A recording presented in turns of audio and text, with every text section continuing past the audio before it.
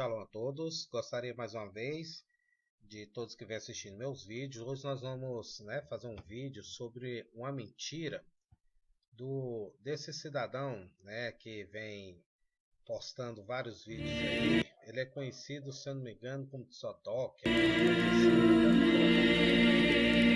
O vídeo dele. E ele fala sobre esse cidadão aqui. Ele fala sobre Zacarias 12:10, né? E daí fala assim: porque tentam esconder a verdade, né? Ele quer dizer, não só ele, como o cristianismo e todos, querem dizer que Zacarias 12:10 está falando sobre o Messias, ou falando sobre Jesus, ou falando sobre Yeshua, ou sobre o Messias, por causa dessa passagem aqui, ó. Mas sobre a casa de Davi, sobre os habitantes de Jerusalém, derramei o espírito de graça e de súplica, e olharão para mim, a quem transpassarem prantearão sobre ele como quem pranteia pelo filho unigênito, e chorarão amargamente por ele. Bom, o problema é que essa palavra olharão para mim não existe no original, tá? E outra coisa, olha bem como é que está falando. Está falando de Jerusalém. Está falando, e acontecerá. Não está nem falando de Messias. Se fosse Messias, tinha que ser assim. E quando o Messias vier, naquele dia que procurarei destruir as nações. Não, tá assim. E acontecerá naquele dia. Está falando de uma era messiânica. Que procurarei destruir todas as nações que vierem contra Jerusalém. Então, olha bem como é que está aqui no original. O original é esse aqui, em hebraico. A tradução é a mesma de lá. É aquela mesma tradução horrível cristã, tá? E também tá olharão para mim, só que tem um problema. A palavra para mim não existe aqui. Aqui, ó, Elai et, ou seja, olharão para você. Olha bem, a tradução correta era assim, ó. E a casa de Davi sobre os habitantes de Jerusalém derramarei a minha presença, estarei a minha presença, o meu espírito de graça e de súplica, e olharão para você, a quem transpassaram. Por quê? Porque segundo o Taná, as nações vão virar contra Jerusalém, entendeu? As nações vão se revoltar contra Jerusalém, tá? Tanto que fala, naquele dia diz o Senhor, ferirei de espanto a todos os cavalos de loucura que montarem nele. Não, desculpa, não é essa aqui não. Ó, aqui ó. E acontecerá naquele dia que farei de Jerusalém uma pedra pesada para todos os povos. Todos os que carregarem certamente serão despedaçados. Então, na verdade, no original está falando assim, ó. Todos que olharem para você, Jerusalém, no caso aqui, ó.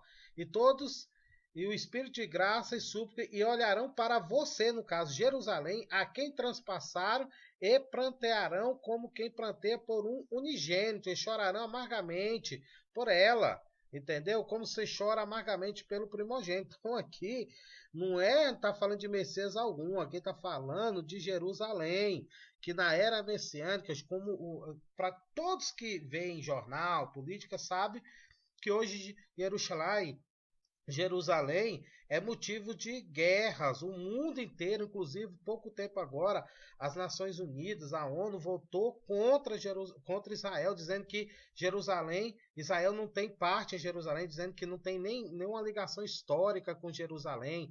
Então, essa profecia está se cumprindo, está falando que as nações estão tentando tomar Jerusalém, estão tentando tirar o direito de Israel sobre Jerusalém, né? Então, essa passagem de Zacarias 12:10 não fala de Messias, está falando de Jerusalém, tá? Jerusalém, né? Que as nações insistem em tirar de Hashem, tá? E aqui continua, ó, naquele dia será grande o pranto em Jerusalém, como o pranto de e tal, etc. Então, aqui, em momento nenhum, está falando de Messias. Eu decidi fazer esse vídeo rapidinho, só para desmentir a mentira desses messiânicos, desses cristãos, que distorcem a Torá, tá? Com o intuito de sempre inventar mentira. E a grande aqui, ó, a palavra Aleph e Tav, ó, tu, você. Então não significa eu. eu. Bom, como explicado, né, lá na Torá, né, que a palavra et, né, como explicado aqui, não significa mim ou para mim, mas significa olharão para você, para tu, para ele, né, olharão para você, né, tu, atá, você. Então tá falando de Jerusalém. E o Tzodok, ele usa o Talmud Tratado de Sukkah na página 52a. Ele fala assim, olha, na página Talmud Sukkah 52a fala lá que Zacarias 12:10 está falando do Messias.